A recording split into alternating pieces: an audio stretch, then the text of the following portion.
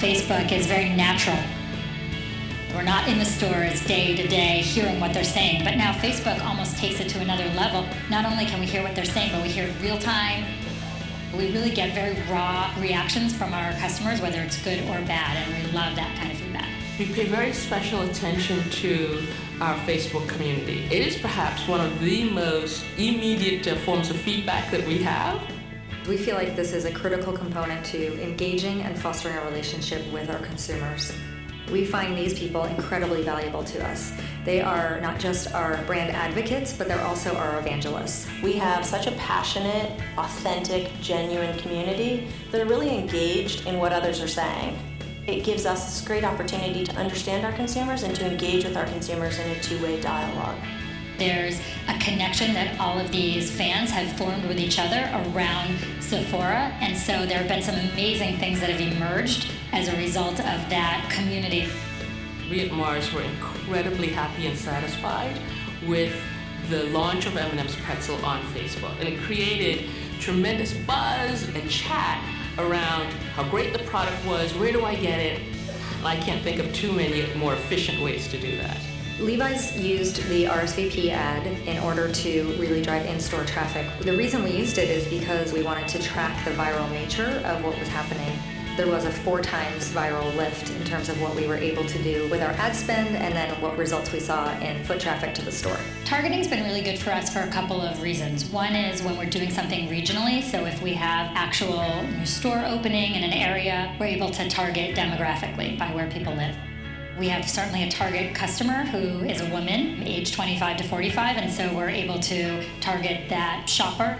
We had an integrated campaign centered on our core concept of Become a Fan, Help a Dog, which we communicated across a wide variety of media channels, including advertising on Facebook. And through those efforts, we were able to actually grow our connections from just 55,000 to over 1 million fans within our Facebook page in less than 6 months. Incredibly powerful campaign that really reached a lot of consumers and helped us to donate over 1 million bowls of food to shelter dogs in need. I think the numbers continue month over month to amaze us, both the organic growth of our fan base and the use of like on Sephora.com and the number of people that are engaging with that and the sales that this is driving. We saw that for a minimal investment, we drove significant traffic, which did translate into sales into our stores. The reason we chose sort of take a more viral approach to sampling with Facebook and the M&M's Pretzel launch was because of the authenticity of each one tell one, as opposed to Mars always pushing the product ourselves. We think it's incredibly powerful for consumers to speak to each other. As other forms of marketing over time decline in terms of their use rate and their open rate and all of those other things, we really look to Facebook as a way to offset that ability to communicate with our clients and a way to reach out to them in a very real, very genuine, fun, exciting, engaging way. We are building strong, long-lasting, and authentic relationships with our consumers. So yes, we continue to advertise in other media, but really this relationship and this conversation that we have started with our consumers will continue for a very long time. It feeds us, it gives us information, it allows us to talk directly to our most important consumers.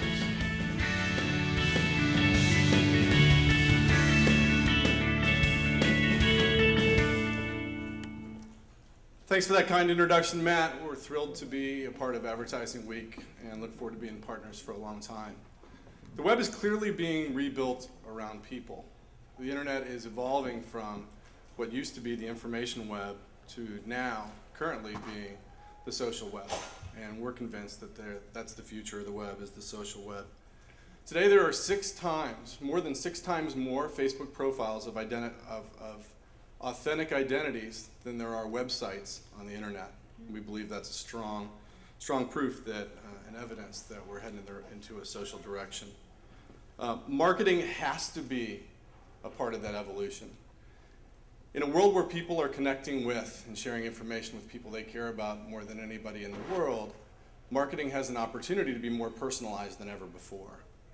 Brands who put people, not eyeballs, people, in the center of their marketing campaigns and platform are redefining the way that brands can connect real, authentic relationships with their customers.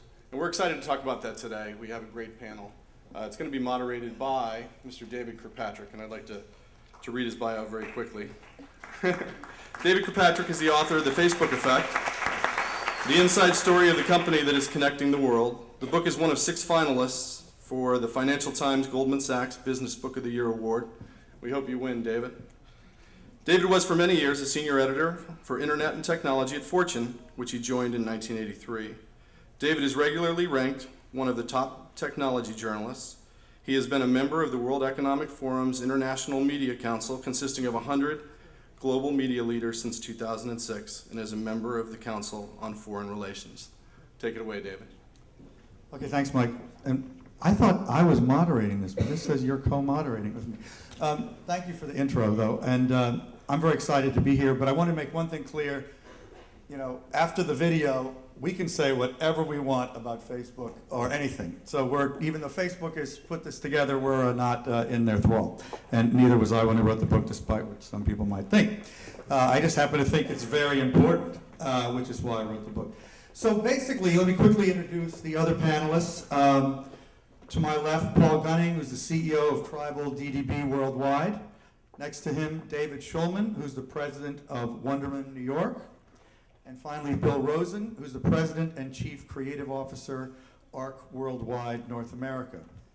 And rather than do any more introductions, I mean, basically we're up here to just try to understand how the landscape of marketing is changing in a universe where there is this whole new kind of media and a variety of new kinds of media. And it's not just social media that's changing the landscape. It's mobile.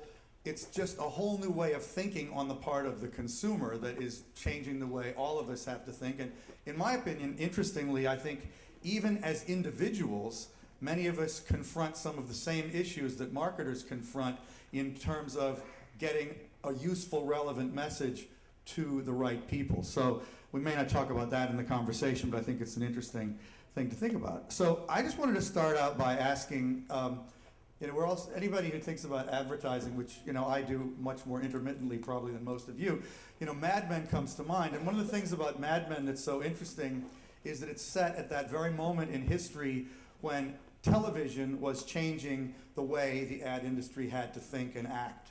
So the question I wanted to start with is there any sense in which we are now at an inflection point for marketing and advertising that's comparable to where we were in the 60s with the introduction of television? Anybody got a thought on that? Yeah, sure. I think it is I think it's a huge inflection point at this stage. There's at least the feeling in a creative agency, which Bill could probably attest to as well, that there's this feeling of a massively open canvas. The rules have not been written. The opportunities are endless. Quite frankly, there's some confusion about what's possible, but that's what I think leads to the fact that there really aren't rules yet so defined that they can't be broken. And I don't think we have many points in sort of advertising history where that happens. So I know that sort of the energy in our place couldn't be higher, and it's directly because of what's happening today. But you can boil that closer down. And to your point, well, this isn't a commercial for Facebook, but the fact is you can boil a lot of this energy down to what Facebook is today, and at the very least what it makes possible, of how much energy and raw creativity can come to that play. Yeah, I agree. I think we're at an inflection point. I think the interesting thing when you compare it to Mad Men, and I didn't see last episode, so hopefully no one's going to spoil for me. I think in the days of Mad Men, TV being introduced as a medium, as a communication, at that point, the viewers see on the TV show that most of the audience is able to see TV. They have a TV at home. They have access to a TV. But the fundamental difference is that no one at that point was, in the normal household, was creating content for that TV. And today in Facebook and all the tools we have available to us, as I'm hiring people, I'm not hiring people to be specialists in Facebook or specialists in social. I'm hiring people who come from a generation and those who aren't necessarily from the newest members of the workforce who haven't just graduated. Even the folks that have been around for a while have in our office and in our company really embraced social in a way that is part of the DNA of who we are. We're creating content. I mean, anyone who's a user of Facebook just by updating your status, you're creating content, you're engaged in the medium in a very different way than back in the days of TV being created and becoming a different medium. So I think that changes the dynamic and it changes the way in which we think about organizing for that. So it's not just an inflection point for the ad industry, it's like an inflection point for the way we communicate as people. Absolutely. I happen to believe that myself too, so it's nicely said. And I think we're in an inflection point, but for a slightly different reason. I think it's no longer about the media. I think the inflection point we're at is we've got to shift our focus back to the actual folks and the people who are going to or are not going to engage. And I think as everything becomes addressable and as everything becomes social, it's going to come down to what do people want to engage in. And we were talking before we came out is it's going to be about how do people define value, and it's not just entertainment, or it's not just marketing bribes, or it's not even just the ability to connect. It can be the ability to customize, the ability to do social good. And I think we're at an inflection point where we're going to have to shift our focus to what connects with people and be less focused on the media that's going to enable us to do that. And I would just add that, that I believe we're at an inflection point for slightly different reasons, and from our perspective of the outside looking into the agency community, just the access that we're getting into the executive levels and the entire teams at agencies, instead of being put in a box of go talk to these 3 people over here. They're the ones that really, they have, they're on Facebook, so why don't you go talk to those 3 people. What we're finding more often than not is the access that we have into the entire organization from the top, the top executives throughout, and earlier we're getting into the planning and creative cycles. To me, is a strong signal that we're going through a pretty significant change. I don't know if anybody said your title. Mike is, it's on the screen, Vice President of Global Sales. But one thing you may not know, he's number 21, employee number 21 at Facebook. Facebook probably now has over 2,000 employees, so he's one of the longest standing people there. He came from Yahoo, but he has really seen it all at this company, which is interesting. Number 2 is right over there, Kevin. Yeah, that's true. Kevin over there is, aside from Mark Zuckerberg, the longest standing employee of Facebook, so he's quite a veteran. I wanted, Bill, to pick up something you said. Everything becoming social is a strong statement. As I was interviewed about marketing and social media and recently, and the interviewer was saying to me, well, a lot of people still say this is a fad. I mean, I frankly was surprised that this person would even ask the question, but there seems to still be a view, or maybe it's a hoped for reality. Some people sort of wish that they could think of this as a fad, but when you say everything's becoming social, just elaborate on that a little more. I mean, what does it mean to you? Well, I mean, obviously sharing's not new, and there's new technological empowerment that's making it easier for people to connect with folks who share their values or share their interests, or to enable folks to share things that have value to them and that they hope have value to people that they're connected to. But sharing itself is just becoming more and more enabled, and I just think it's time to shift the conversation to the people at the center, and really, sort of to Mike's opening comment, is to start to think about how do you create things that people want to share, and mobile is going to help, and social media is going to help, and as everything becomes more and more focused on what we know about individuals, and we have more and more data and information, it's going to become more incumbent on us to provide them the kind of programs and information that they're going to want to engage in, that has value to them, and that's going to encourage them to share, whether it's via Facebook or via posting it on the bulletin board by the water cooler. I mean, folks are going to find value, and they're going to want to share those things with people they care about. I think the opportunity for brands, especially in this environment, is to, we talk about bought, owned, and earned media, and I think for so many brands, entering Facebook and thinking, okay, I'm at Facebook, I'm now a social brand. That's really no different, perhaps, than a mass media channel, or it's certainly an owned channel. And the difference I see between just being as a presence on Facebook and maybe a TV presence is that people are going to raise their hand and say, I like your brand, I want to be a fan of your company.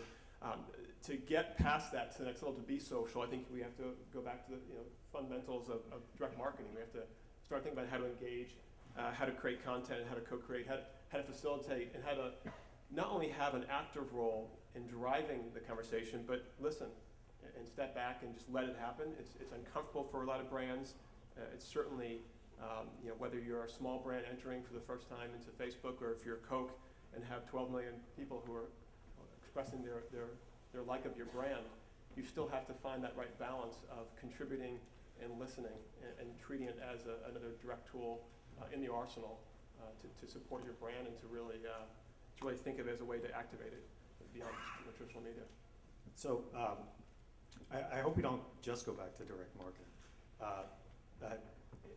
To me, the creative canvas and the creative opportunity, which is truly the hardest part of the social atmosphere, is the hardest nut to crack. But we were actually out at Mike's building on the West Coast, and they have this big poster that says this project is 1% done, which I love that. Just to think the size of Facebook, the impact of Facebook globally on political campaigns, and that internally they actually say they're only 1% complete. And I stole that to go back to my company and tell them that our advertising work on Facebook is only really 1% complete. We've just barely scratched the surface. David, I do think there's direct marketing capability to it, but I think that the next 5 years will be the most fun if we do it right. The most fun. I think brands will see levels of relationship, emotional connectivity with their consumers that they probably don't understand what's possible today.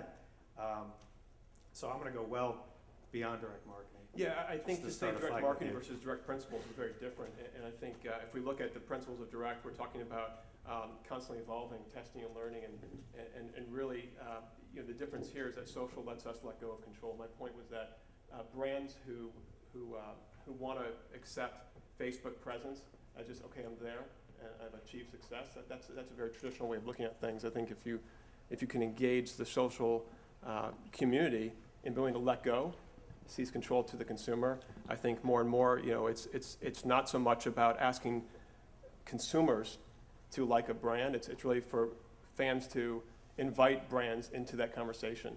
And I think that brands who try to have a controlling aspect of that or try to do a very one-way communication are not going to succeed in this space. Have you got an example of somebody you think is doing that really well? I think a great example right now is the work that Ford's done. Recently they launched their Explorer, and Facebook was a big part of that launch. Over the weekend I was reading some of the comments, and what was fascinating is that rather than just Ford getting on their Facebook page and answering all the questions that consumers had on the wall, one customer came on, or one user came on and said, "Who could expect that 4x4 to actually be a credible vehicle off-road?" I think their words are a bit different than that, but they said that's not a credible offering, and someone pointed them right away to a video of someone off-roading the Explorer in Dubai, and it was the users generating that conversation, and it's the brand taking not a backseat, but taking a step away from trying to own that conversation and actually letting and facilitating that conversation to take place in the first time. And I think that you see that momentum that's building. I think the brands that are successful on Facebook are brands that engage that momentum and support that momentum of consumers owning that conversation. Paul, I just wanted to follow up, since if we're only 1% started on what we can do, I mean, if you're the marketers, can you just describe a little bit of what it might look like when we're 90% there? I mean, what kind of thing? I mean, you talked about sort of some of the kind of metrics of success, but what is the campaign going to look like? What are the elements maybe going to? Just some guesses you might have. If I really knew, I'd be employee number 3.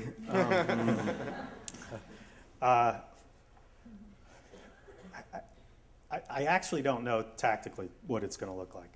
What I do know is that when a consumer has a real emotive, oh, that's crap. It's got, it's Eminem Morris said it the best. It's got to be authentic. I think we're going to try and reverse engineer.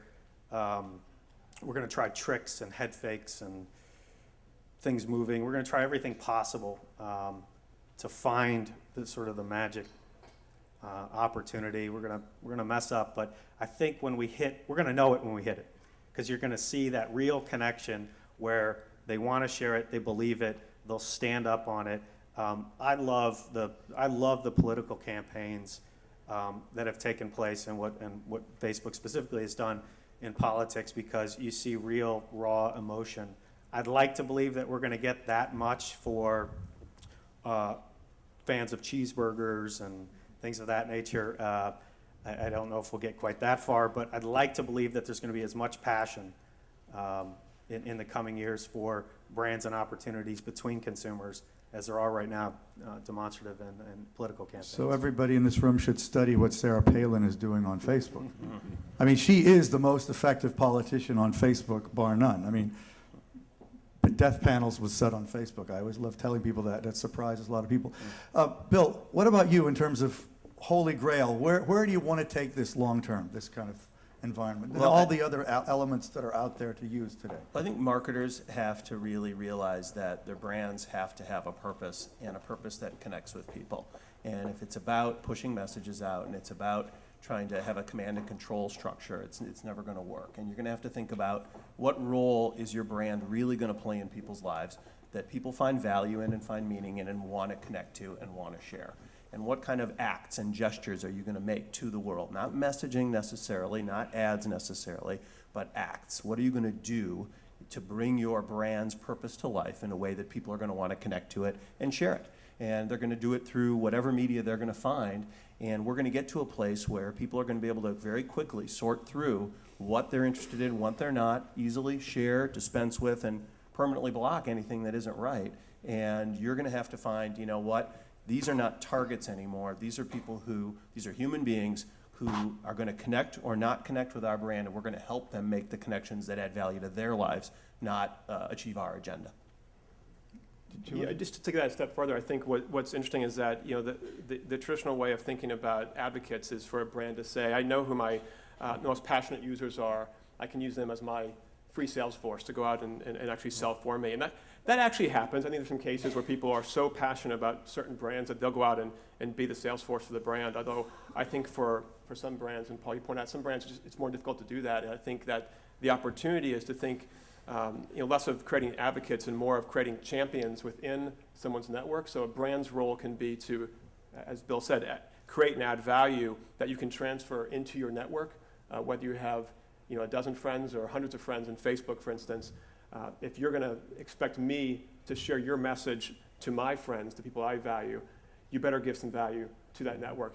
Make me the champion to my network rather than making me the champion back to the brand and add value to the brand. It's got to be that translation back to my network. It's interesting. I mean, I hear it's almost like you guys are saying brands have to have a more fully formed personality than they've ever had before in order to succeed in this context, which is an interesting way to think of it. Mike, I mean, you guys must think a lot about the Holy Grail. I mean, what is it that you can't do now that you most want to do for these kind of people? Yeah, I think to answer both questions, as far as 1% complete and what ultimately we can and should build. Before I started at Facebook, Mark and I sat down, Mark Zuckerberg, our founder, and he said to me the day before we started is that I don't dislike advertising. I just don't like advertising that doesn't work. And what he meant by that was that there's a cost. The cost that people on Facebook pay is advertising. And it's our role within the organization to work with marketing partners and their agencies and to build products where we're not increasing the cost for our users on Facebook. And what I mean by that is if we can find ways with marketers, and I think the way we go from 1% there to 25% there to 90% there, I think the way we do it is working with marketers so that marketers within their advertising campaigns and within their page platform are actually delivering value into the ecosystem that has the user creates for a user a very different and better experience. So what objects can brands bring to Facebook that people want to share? What promotions are meaningful? I mean, all the different marketing tactics that brands and marketers can use that actually deliver value into the system and continue to build out the social graph. I think that's how we go from 1% to 20% and then so on. I think that there's a real opportunity. We've seen some great examples from some great brands that are already delivering a ton of value into the system, and we just need to find ways to get more. Yeah, I just saw the movie The Social Network this morning, and which is an extremely good movie. Inaccurate, but good. But it really conveys the message that Mark doesn't like ads. I mean, that's like one of the main conflict points between Eduardo Savarine and Mark that leads to their kind of falling out, is that Mark doesn't want ads and Eduardo wants them. So is that a fundamentally wrong message? I mean, I often say to audiences, Mark cares a lot less about ads than he does about growing Facebook to not 7 billion people. And I still think that. But I mean, just talk a little more about how he thinks about it. Well, I truly believe that things have changed since the early days. I mean, we were, and we still are, very focused on providing a very safe environment for users so that so more and more people join the platform. So our 3 customers within our platform are users, people on Facebook, and hopefully most of you are, and thanks if you are. Developers, and developers who are developing on the platform to make Facebook culturally relevant and geographically relevant and in language relevant in all parts of the world. And then advertisers. And I think in the beginning we were more focused on the first and the second than we were the third. But I think what we've learned over time is that as an ecosystem, advertising actually that does bring value into the platform is delivering value to all of our other customers. So I would just say that early we were more focused on building out a great user experience, and we truly believe that we don't have banner ads on Facebook. You won't see a 300 by 1200 ad like was announced by Portal this week on Facebook. What you see is the same image and the same opportunity that you've seen for a long time. What we're trying to do is build out experiences so that within that advertising experience, the consumer, the customer of the brand, wants to be a part of the experience, or as opposed to feel like they're having to pay 1/3 of the page cost to experience a brand.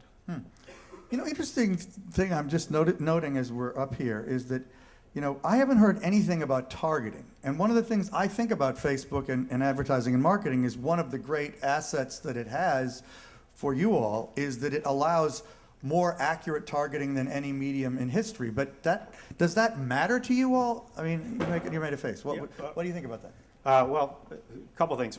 One, just coming off of what Mike said, it quite honestly frustrated us that we weren't sort of first in line there with your 1, 2, and 3. But now that we have a greater understanding, it's actually appreciative because we might have ruined it. So, by holding the bar actually higher and forcing us to just not treat it as just another simple publishing site with particular ad units, it's made our job harder, but it's definitely making our job more effective when we get it right. So I'd say you got lucky, but I've met you guys and you're extremely brilliant. So I think it was a very planned effort and it was extremely smart to do. I think in terms of targeting, kind of like advertising on Facebook, what changes is we're not just looking at either simply behavioral targeting or demographics. We're now trying to find the connectivity between people, which may look really different. Their ages might be different. A lot of their beliefs may be different. They might be geographically very different, but there's connectivity between them, and it's not simple to find that. So you're learning to target different people, in effect. Yeah, it is targeting, but the connotation that goes with it, I'm afraid will lead people to a wrong assumption. It's finding the sort of the old saying of birds of a feather flock together, and that doesn't mean 18 to 24-year-old male that lives in Chicago and watch the Bears and all. It is a very different set of rules, and again, it's raising the bar, making our job harder, but when we get it right, making it a hell of a lot more effective. Either of you guys got any thoughts about targeting? I mean, how much do you think about it? I think targeting is key. I spoke about the principles that I think Paul and I disagree with, but it's one of the fundamental keys to successful marketing is having a relevant engagement, a relevant value. We talk about value a lot. I mean, that's all the principles that I think are critical. The point's valid, though. We're at our infancy, perhaps at our 1% of understanding how to make that successful. I think that consumers are clustering, they're gathering, they're connecting in unique ways, and we have to be able to observe. The social graph is now allowing us access to different ways to think about targeting. And I think we're at our infancy to understand how to use that, and now it's critical that we don't lose sight of that, though. Targeting is fundamental to everything we're doing. And as brands want to engage on a global level, and we create platforms on Facebook, we've got to find a way not to have the same content shared and distributed across the global markets. Just thinking about how a brand's going to go to market in multiple markets that require different needs, different languages, different content. Our ability to get more and more defined within that is going to make us more and more successful. Do you think of the targeting in Facebook as more accurate because it is based on user volunteered information as opposed to the inferential approach that the rest of the internet effectively uses? The opportunity is there. Certainly, who better to know what your friends think and feel than you? Certainly, I as a marketer don't know that. I'd be guessing, I'd be inferring it. I think the social graph gives us a more direct connection, and that's the opportunity I spoke about. If we're creating something that's valuable, then we can create a champion out of a user that says, I'll help you reach the people that you need to get to. The social graph allows for that. And it's all got to be in service of relevance. I mean, you think about how much information we're gathering from all channels about consumers. And again, I prefer to think about them as people. You know, every time you swipe your loyalty card at the grocery store, I mean, think about the data that's just sitting there. And again, it's all in service of being able to bring a relevant message at the right time to the right person at the right place. It's not so much about deciding who you're going to shoot at. It's about trying to make sure that you can find people who want to connect with your brand and that you have a relevant message, offer, program that they want to connect with. But how much do you think you can do that better in Facebook than other media you've worked with before? Do you think that it's fundamentally different, or it's just the same set of challenges in a different environment, sort of? I think it's more information, I think in a different format. But again, you know, there's so much data out there that marketers are able to leverage and cross-reference that I don't feel like there's ever going to be a silver bullet in that world, and I think this is certainly the new frontier. But you think about the information you have about everyone's mobile phone and the information through their assigned phone number or their loyalty card or their credit card behavior. I mean, there's just so much data out there that I feel like, yeah, right now it is absolutely the new horizon. But I think, again, it's what are marketers going to do with it? That's more interesting. You know, Dave, I think the other thing that's critical is that as CMOs are thinking about ways to spend their limited marketing budgets and they're trying to drive sales, I think that you can get into this almost form of paralysis. If you're thinking about, prove to me an ROI before I'll spend money and invest in a tool like Facebook. And that can be damaging. I think that we have to think of the spectrum of things that Facebook or any social tool can provide to us, from marketing through sales through service. And if you break down marketing, I think that there's lots of validity to think about the value of Facebook as a tool to help with product development, as a market research tool. The benefit that we get out of Facebook is a high level of engagement, and we can actually learn a lot from that engagement and then tie it back to the social graph. That's how we as marketers can get a lot of value. One of the things a lot of people don't know is the degree to which this targeting thing matters for small business. I mean, it's not what Mike concerns himself with that much, but a considerable portion of Facebook's revenue is coming from small local businesses that are using that targeting with amazing effect. I gave a talk about my book in Louisville, and this guy stands up and says, I'm a LASIK surgeon, and I built my entire business on Facebook advertising because he was advertising in a certain neighborhood of Louisville to people of a certain age, and he got the right message, and it was like a home run. Let's talk about creative a little bit and how this is changing the way you have to develop it. And maybe I'd like to also kind of touch on, how the work you do with creative in Facebook then goes back and affects the creative in other media. I mean, any thoughts, or shall I ask a more specific question? No, I think I know what you're getting at, which is we're actually starting our ideation process at the social level, I guess, for lack of a better term. But you mean for like the whole campaign? Yeah, the whole campaign. Sort of boil it, I guess, all down. The first general thought is, what, to Bill's earlier point, what are we going to do that's going to create value, that's going to create share value, sharing amongst the constituents? What is it that they're going to want to engage with and participate in? If we can come up with an idea in that realm, then we might see radio, print, TV, online advertising in support of it, or pieces thereof. And that's quite honestly a pretty new for us to start in that place. And it's led to some pretty interesting ideas. It throws out traditional thinking of how we're just going to put the original message in front of them. And it's pushed the creatives to a place they haven't been before. But starting in social is a new evolution in the past 18, 24 months. Can you give any example of something that came along that you did that you would never have done without that approach?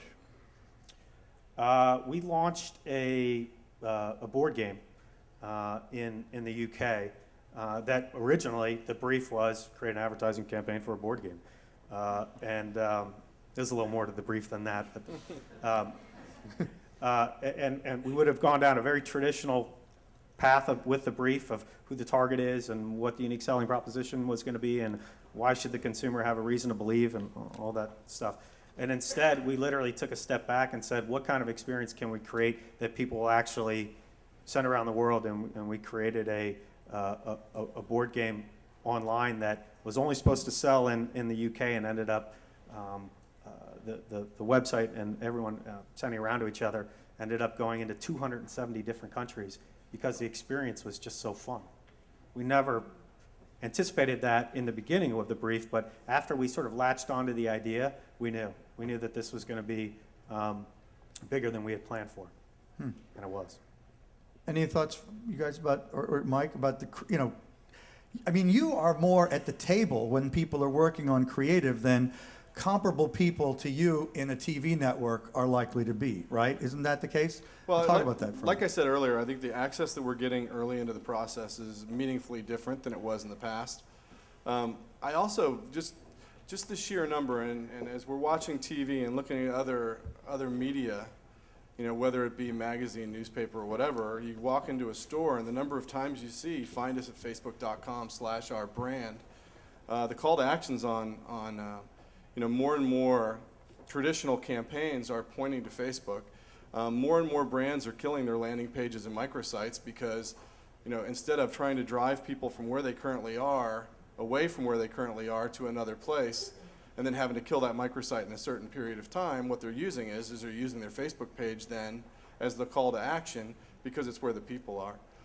This morning, Cheryl Sandberg, our COO, spoke at Mix, and she shared some stats. I don't want to butcher them, but the number of connections on Facebook for a handful of brands that she was sharing are orders of magnitudes greater than the number of visits to those brands' websites. So more and more brands that we're working with are getting us into the process much earlier. And what they're talking about is how do we use all the tools? I mean, help us understand what's available to us. How do we use these tools to make TV better, to make radio better? It's not about, we rarely are in conversations right now trying to convince these guys or their media partners to take money out of TV and put it on Facebook. The conversations we're having are much more about how do you make that TV campaign more social? How do you drive more activity around it? How do you make something more shared? And how do we create more connections? So yeah, we are at the table earlier, and the conversations are really different than what they were before. Is that happening? Yeah, I think the thing I'd add to that is to say that another element of this is speed and responsiveness and amplification. We talked about the ability for brands to to move quickly and respond to feedback and to actual behavior is critical. I think that digital tools in general and social tools give us even more insight into what consumers think and how they behave and how they react to our brands. In the form of, back to your Mad Men example, if you're making a TV spot, it requires you to really be able to nail that brief and the insight and develop content that you then have to pray and hope is going to be relevant and responsive. And in the days that we're in today, we have the ability also to move quickly in digital mediums, and Facebook allows us to try something out, and hopefully the brands that are brave will go out there and try, but be listening and responsive, whether it's something that they created or if it's user generated. I think that reading your book, David, that sounds like exactly what Facebook has done in your relatively short history as a company. You've gone out there and tried things that weren't always well received, but you move quickly to almost always quickly to react, and I think that's the way brands have to act. Yeah, that's very Silicon Valley, to just fail fast. Yeah. Yeah. But I think customers expect that you're going to go out there and make mistakes. They don't want to see mistakes, but they expect you're going to move quickly to react. And when things are working well, you can amplify that and really take advantage of that. Bill, any thoughts on that or the creative No, I question? think the ability to get feedback is key, and massive feedback quickly is really helpful. We did a program last fall that was interesting for Walgreens to help drive flu shots. And we created a simple idea that you would write down who you were getting your shot for. It wasn't for you. It was trying to address mom's desire to kind of always put her family first. And so she could write her kid's name on a little heart-shaped Band-Aid that went on her arm when she got the shot, and she'd kind of flex, and we'd take a picture of her kind of in that Rosie the Riveter picture, and she could send it on to everybody who she wanted to pass it on to. And We didn't know how viral it would go, and we found out quickly that within the mommy network, it became a really hot subject, and we knew right away that we had hit something. We were able to then put more effort behind it. And we watch it, and had we seen that it wasn't catching on, we would have known right away that we hadn't hit an insight that was connecting with who we were trying to talk to, and we would have had to adjust. And does something like that then at least potentially alter the TV spots that you create for something? At that point, it didn't, but we knew that the core message we had was resonating, and we just felt all the more confident with all the media choices we But had in made. theory, that sort of Absolutely. thing could easily start. Oh, leading yeah. Yeah. Absolutely. I'd love to take at least one question from the audience. Has anybody got it? Okay, right in the very front row. And I don't think we're going to have time to get a mic, so just, can we get a mic? No, it's Yeah, okay. just say it loud and I'll repeat Just it. repeat. Or I'll read. In marketing the social network, the studio put X millions of dollars in marketing on MySpace. Did they come to you and you guys said, no, we don't want to market this movie, we don't like it? Or put another way, if they had come to you and said, we have X million dollars to spend marketing this movie, would you guys take the money? Did everybody hear the question? It's about the movie and why Facebook didn't take the ads. Yeah, this was a decision made, by Sony, the distributor, on where they wanted to advertise the movie. So it wasn't a question of whether we would or wouldn't take the. You would have taken them? Right now, through our self-service platform, I believe that they're running. There's a ton of campaigns running on the movie right now. So it On wasn't- Facebook for the movie? Yeah, there are ads running on Facebook right now for the movie, Oh, interesting. and they're doing it through the self-service platform. Well, that was a quick one and quite surprising. Another question? Back in the back with the white, just stand up and shout, or maybe you get the mic fast, but anyway. In reference to smaller businesses that either don't have a budget for a lot of advertising on an ongoing basis, or even some brands that I work with that may turn on and turn off their advertising, I find that it's very difficult to get customer service and get answers. For example, why on August 18th suddenly did all my clients' impressions every day go cut in half? And was told by a rep, well, if you're not investing $10,000 a month with us, I can't really help you. Are you looking to improve the customer service for, one of the reasons that Google's been so successful is Yeah. because it's really an even playing field for small businesses and large brands. And that's a little Let me just quickly repeat the question, because we don't have tons of time, but it's for the video. It's about customer service, and some people find that they don't get sufficient customer service, even if they have problems. And somebody was told, if you don't spend $10,000 a month, you're not going to get it. So, So do one of you guys want to get this one? yeah.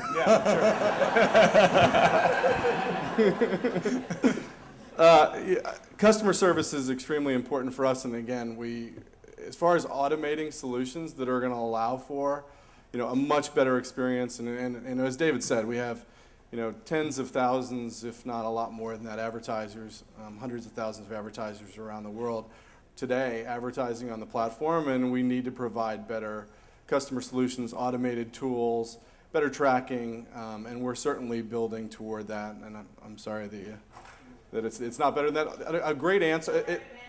It's not a great answer for us to come back to you and tell you that we aren't going to service you unless you spend a certain amount. That's not the answer we should be giving. That's true. But that was really is a great panel, and we end with a very objective note about Facebook. Unfortunately, we do have to end, and I think it's been a good discussion. There's tons to say about this, so thank you all. And Thank also, you to do the you want to panelists. mention your book? Your books? Oh, Your book's out there? my book's out there. If anybody wants to get a copy of my book, they're giving copies of my book. I hope you enjoy it if you feel like taking one.